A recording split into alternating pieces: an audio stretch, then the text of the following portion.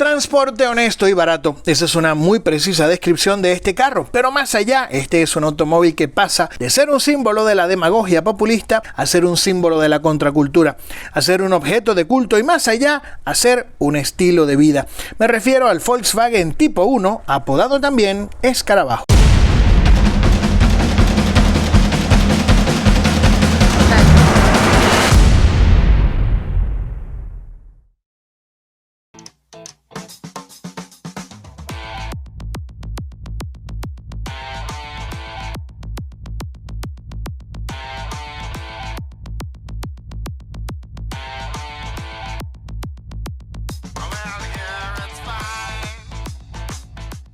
Definitivamente el mejor lugar para mimar al consentido de la casa, tu carro. Mafra, Cosmetics for your car.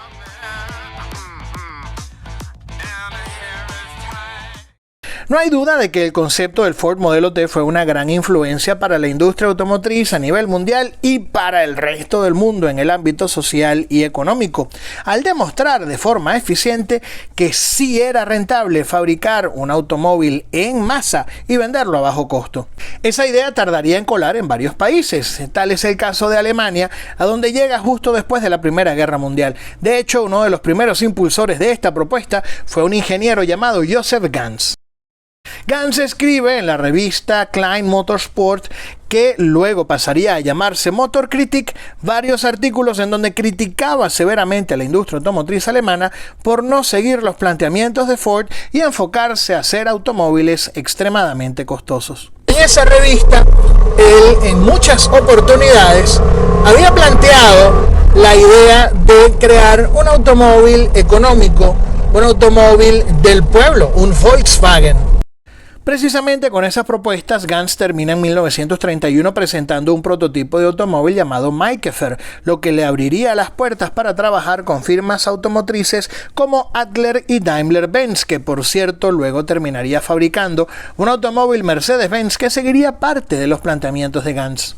Pero su momento de gloria termina en mayo de 1933, cuando luego de la llegada al poder de Adolfo Hitler, Ganz fuese arrestado básicamente por ser judío y luego de mes y medio en prisión termina exiliado en Suiza. No soy muy amigo de decir lo que todo el mundo dice, que es que a Ganz le robaron las patentes por el hecho de ser judío. Generalmente todos los ingenieros especializados en la materia se conocían, eran amigos, se echaban cuentos y dentro de los cuentos que se echaban estaba por supuesto contar cuáles eran sus trabajos, qué era lo más reciente que habían inventado, qué era lo más reciente que habían desarrollado. Para aquellos mismos días, el jefe de seguridad política de Hitler, un tipo llamado Jacob Berlin, convence a Ferdinand Porsche de reunirse con Hitler en Berlín para conversar sobre la idea de un automóvil de bajo costo, un automóvil del pueblo, que Hitler pretende utilizar como herramienta política, vendiendo la idea de que ese automóvil era uno de los resultados del nacionalsocialismo y de su impacto positivo en la sociedad alemana. En sus reuniones con Porsche, Hitler pide algo que resulta casi imposible en aquella época: un carro que costara no más de 1000 Reichsmarks, que alcanzara los 100 km por hora y que fuese para de 4 a 5 personas. Como pudo, Porsche le buscó la vuelta al asunto y en una carta al Ministerio de Transporte del Reich de fecha 17 de enero de 1934, Porsche explica que para lograr lo que Hitler pide y que al mismo tiempo fuese rentable, el precio mínimo del automóvil debía ser de 1550 Reichsmarks, la moneda alemana en aquellos días. Lo primero que hace Porsche, eso sí, para lograr encontrar una solución a lo que pide Hitler, es revisar los trabajos que hizo con la firma alemana NSU. Me refiero al NSU Tipo 32, que comenzó a fabricarse a finales de 1932 y que dentro de la historia del escarabajo figura este automóvil como el primer prototipo del escarabajo. Este carro era un vehículo con un motor refrigerado por aire de 1.4 litros y que con un diseño de Erwin Komenda podía alcanzar los 100 km por hora. Para el 22 de junio de 1934, lo que hoy se conoce como Día Mundial del Escarabajo, se firma un contrato entre Ferdinand Porsche y la Asociación de la Industria Automotriz Alemana, en el que Porsche tenía básicamente 10 meses para presentar una propuesta de automóvil del pueblo. Entre la información que recogió con las pruebas del NSU tipo 32 más varios años de investigación, se logra de la mano de Daimler-Benz la fabricación de 30 prototipos que fueron sometidos a pruebas que equivalían a un recorrido total de 2.5 millones de kilómetros. Estas pruebas permitieron, eso sí, tener una definición clara de cómo iba a ser el nuevo automóvil del pueblo. Además, había que crear una empresa que nace el 25 de mayo de 1937 con el nombre Gesellschaft zur Vorbereitung des deutschen Volkswagens, que se traduciría a español como Compañía para la Preparación del Volkswagen, que tendría a Ferdinand Porsche como principal responsable. El carro inicialmente tiene el nombre que hoy en día tiene, Volkswagen. Sin embargo, Hitler pensaba que no era el nombre más idóneo para un automóvil que en este caso se convertiría en una herramienta política. Justo antes del debut del automóvil, él decide cambiarle el nombre. Y ya el carro no se va a llamar Volkswagen, se va a llamar KDF-Wagen. KDF significa Kraft durch Freude, que significa fuerza del trabajo a través del placer.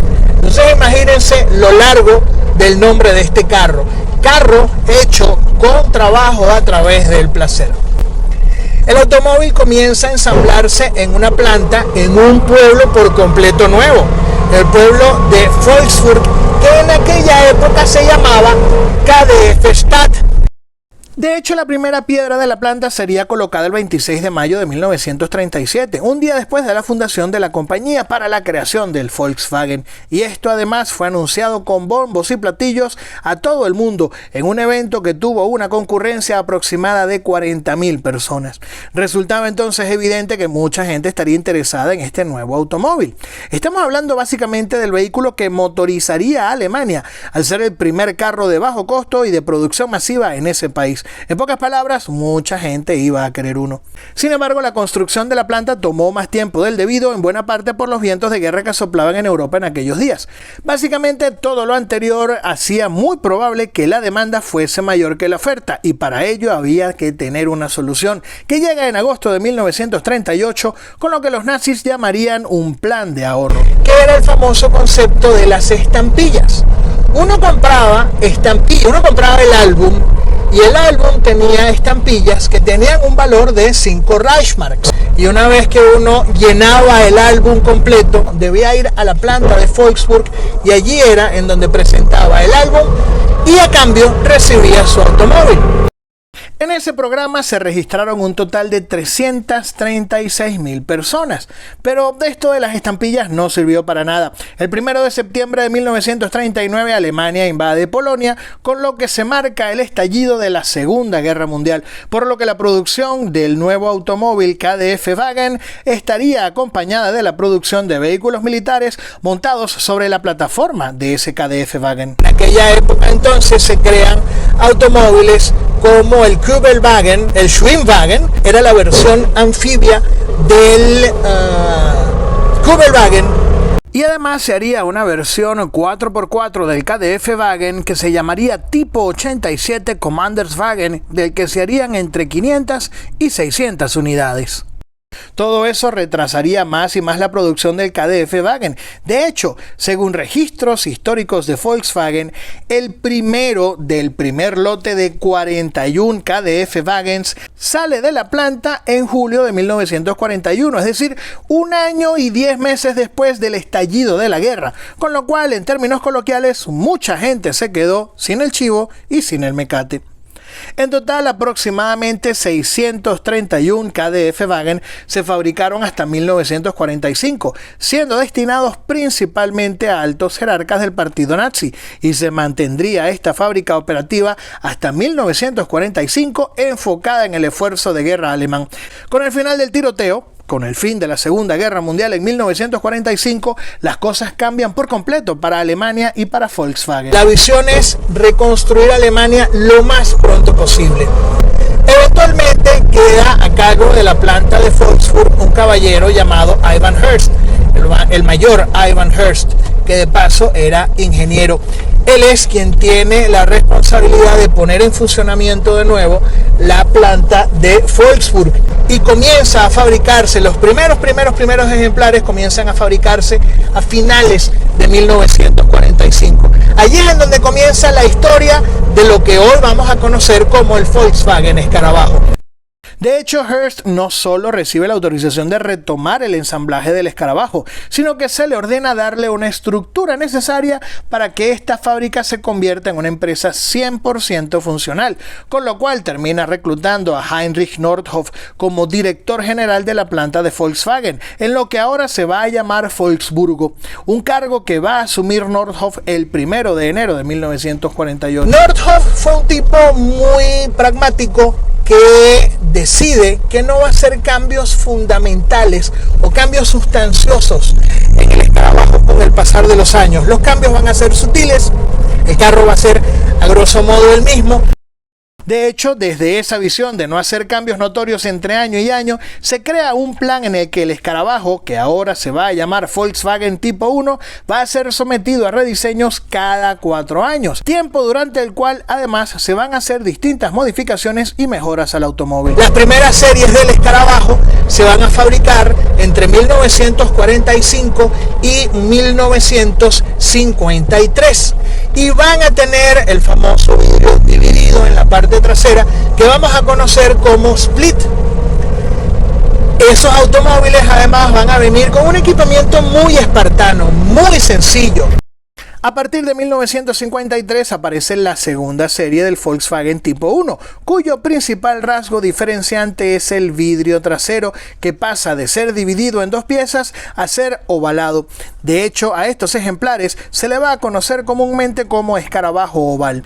Precisamente este ejemplar es un escarabajo oval de 1957. De hecho, el último año de producción de esta versión, que además en su momento fue sometido a un proceso riguroso de restauración que dejó al automóvil en las condiciones en las que lo vemos en las imágenes. A partir de 1958, el escarabajo viene en la parte trasera con un vidrio cuadrado. Resulta que en los años 50 Volkswagen lleva un escarabajo al taller carrocero Pininfarina para que evaluara propuestas de rediseño del automóvil. Una de esas propuestas fue el proyecto EA41, que data de 1952. Sin embargo, las propuestas fueron rechazadas y al final Pininfarina concluye que el diseño del escarabajo es perfecto y que no necesita rediseño alguno, quizás a excepción de la incorporación de un vidrio trasero más grande para mejorar la visibilidad y cuadrado para estar más al día con las tendencias de diseño automotriz de la época. En el ámbito mecánico, durante los 79 años de producción de este automóvil se ofrecieron motores de 800, 900, 1100, 1200, 1300, 1302, 1303, 1500 y hasta 1600 centímetros cúbicos con carburador, aunque luego se sumaría la inyección electrónica con generador, además del convertidor catalítico y opciones como el encendido eléctrico y el alternador. Además, se ofrecerían casi siempre con caja manual, porque por un breve periodo de tiempo se ofreció la caja automática. Ahora bien, hablar de cada uno de los modelos, de cada uno de los años del escarabajo, no haría de este video un simple video sobre la historia del escarabajo, sino todo un documental muy extenso y honestamente creo que voy a necesitar más carros para hacerlo. Con el tiempo, el escarabajo se fue convirtiendo en un éxito desde distintas perspectivas. Por un lado, era un automóvil en extremo económico y simple, lo que representaba entonces una propuesta muy accesible de un automóvil para mucha gente. Pero por otro lado, el escarabajo se convertiría también en un símbolo del movimiento hippie, un movimiento contracultural que nace en Estados Unidos en los años 60 y se riega por varias partes del mundo, y que ve en el escarabajo la propuesta de un automóvil de fácil mantenimiento que choca por completo, según ellos, con la cultura consumista planteada en el capitalismo. Más allá de las discusiones filosóficas, lo cierto es que el escarabajo se convierte en el principal medio de transporte de muchos y por lo tanto es un éxito, y la producción del escarabajo sigue en expansión incluso fuera de Alemania, con plantas de ensamblaje en Estados Unidos y Sudamérica, entre otras fábricas. En Venezuela el escarabajo se fabrica desde 1963, pero su comercialización comienza entre mediados y finales de los años 50 de la mano de un caballero húngaro-alemán llamado Guido Steinwörth. Steinwörth es la mente brillante que se va a encargar inicialmente de comercializar y luego se va a encargar de impulsar el proyecto de creación de la planta de ensamblaje de Volkswagen en Venezuela, que va a estar ubicada en Morón, en una zona llamada Palmasola, y de hecho de ahí es de donde se va a hacer conocido el hecho de que a los escarabajos nacionales se conocieran como Palmasola. Los escarabajos se van a ensamblar aquí en Venezuela hasta 1981, 82 incluso, van a formar parte del plan del automóvil económico, un plan que había impulsado el Ministerio de Fomento venezolano de la época, con la intención de que la gente pudiese comprar automóviles de bajo costo. Si no me equivoco, el escarabajo de bajo costo era llamado Negro Primero y era evidentemente más sencillo en términos de equipamiento que el resto de los Volkswagen escarabajos que se ofrecían aquí en Venezuela. Una cosa curiosa con el señor Steinwörth es que ya al final de su vida él tuvo una fuerte pelea con su familia y él decide en su herencia, en vez de dejarle todo a la familia, decide dejarle todo a su secretaria. No sé si hay un tema ahí de romance o si simplemente se trata de un tema de lealtad mutua. Lo cierto es que esa noticia en su momento fue un bombazo en el ámbito social, no solamente de Venezuela, sino también en Alemania. El Volkswagen Escarabajo se convierte entonces con el tiempo en el vehículo más fácilmente reconocible por todos, pero también se convierte en un objeto de culto e incluso en un estilo de vida para muchos. Una de las cosas que es importante mencionar con estos carros, y creo que es la magia que tienen estos automóviles, es su fanaticada. Y el dueño de este automóvil es un verdadero fanático del escarabajo, a tal punto de tener 2 escarabajos a lo largo de su vida. Este sería el tercero. Pero no solo eso, sino que de paso se tomó el trabajo de, al comprar este automóvil, hacer el debido trabajo de investigación sobre la historia de este ejemplar, a quién perteneció, cuándo llegó a Venezuela. Toda esa historia se la conoce y eso es lo que les voy a presentar a continuación. Un vehículo antiguo puede ser un simple amasijo de hierros para algunas personas, pero en mi caso un vehículo antiguo es una caja de emociones que tiene la capacidad de rememorar la historia de un individuo. Yo era un muchacho de 17 años en el año 1971 cuando tuve mi primer Volkswagen, un carro alemán del año 65 usado, que transitó conmigo por un par de años y en esa furia juvenil le di la vuelta a Venezuela con ese vehículo y la verdad es que viví unos tramos muy emocionantes de mi vida joven. Mi segundo vehículo también fue un Volkswagen y de ahí en adelante pues he venido, vamos a decir, cambiando de marca, de tamaño, de color, y en esta última etapa de la vida, empezando la década del 70, decidí que cuando cumpliera 70 años iba a tener de nuevo un Volkswagen. Y este Volkswagen, 1957, emblemático, que estuve buscando durante un tiempo y no conseguía un Volkswagen con estas características,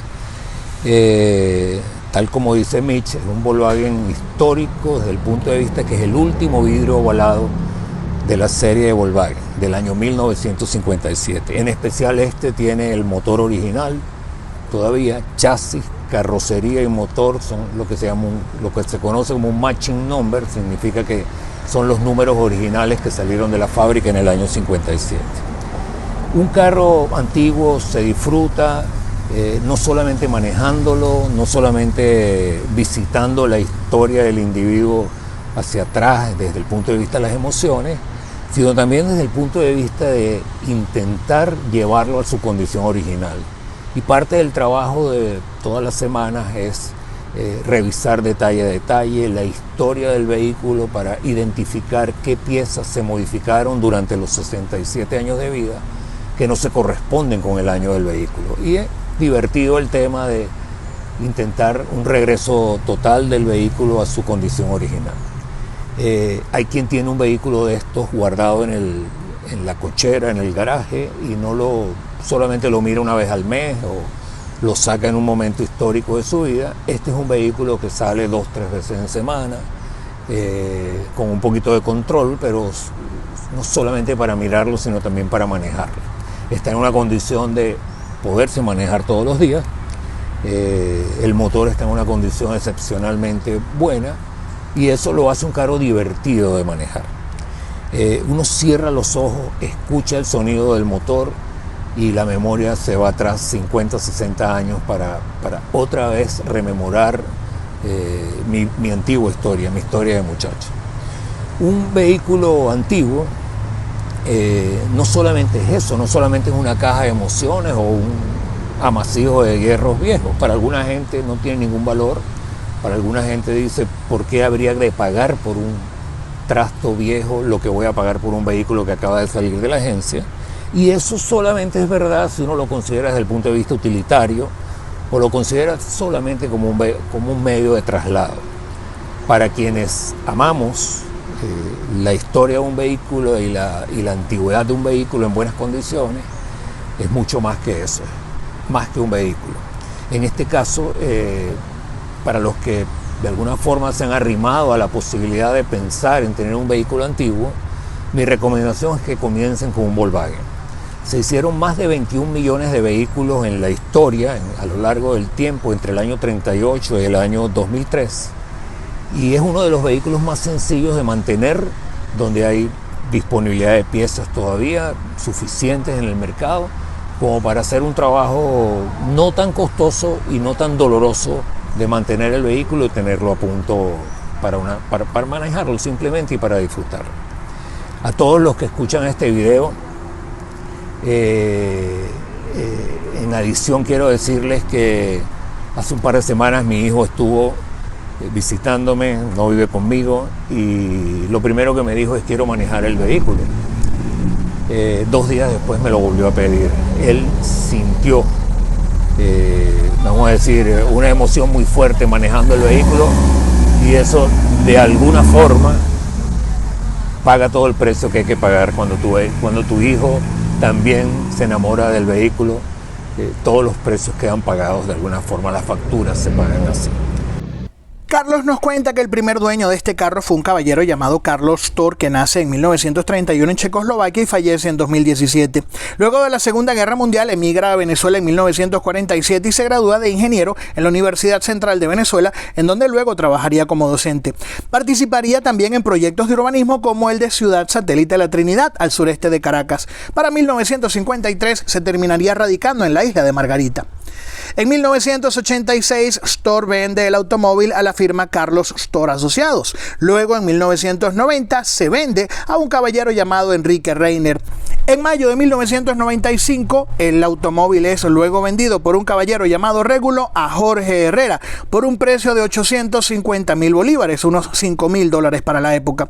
Jorge Herrera lo pinta en color azul, el color Blue Horizon, que era el color que se ofrecía en 1957 y no el blanco en el que lo tenía pintado el señor Stor. Herrera luego se lo vende en diciembre de 2005 a otro caballero llamado Michel Ponce, y Michel Ponce lo cambia de azul a negro en 2006. Además, le hace la conversión a 12 voltios. Luego, en mayo del 2012, Ponce cambiaría el color a Polar Silver, el color estándar que se ofrecía en 1955, 56 y 57. Eventualmente, el carro sería vendido a Alfredo Muñiz en el 2019. Muñiz se lo vende o cambia al señor Claudio Campanelli en el año 2019 y en junio del 2020 lo promociona en su sitio Scuderia Classic Caracas.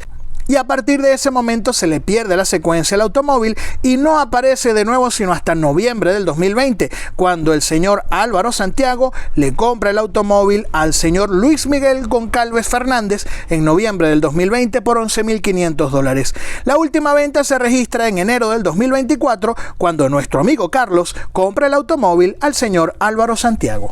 Los invito a que sigan este maravilloso trabajo de historia que hace Mitch con relación a los vehículos antiguos, sentarse a ver cada uno de estos videos, recordar un pasado de una historia automotriz mundial que es difícil de recoger por un solo individuo. Mitch tiene una capacidad de memoria extraordinaria, es un estudioso del tema y conoce a profundidad lo que está haciendo. Gracias a todos por esta audiencia. Quiero agradecer a Carlos por permitirme un privilegio que, dicho por él, pocos tienen: el hecho de poder manejar su automóvil y de que este fuera además el protagonista de este video, en donde tengo también el privilegio de narrarles esta interesante historia. Y ya sabes a dónde ir para más historias de la automoción, aquí al canal de El Barbudo Mitch. Si te gustó este video, dale like y compártelo con tus amigos y sígueme para más contenido de historia y cultura automotriz.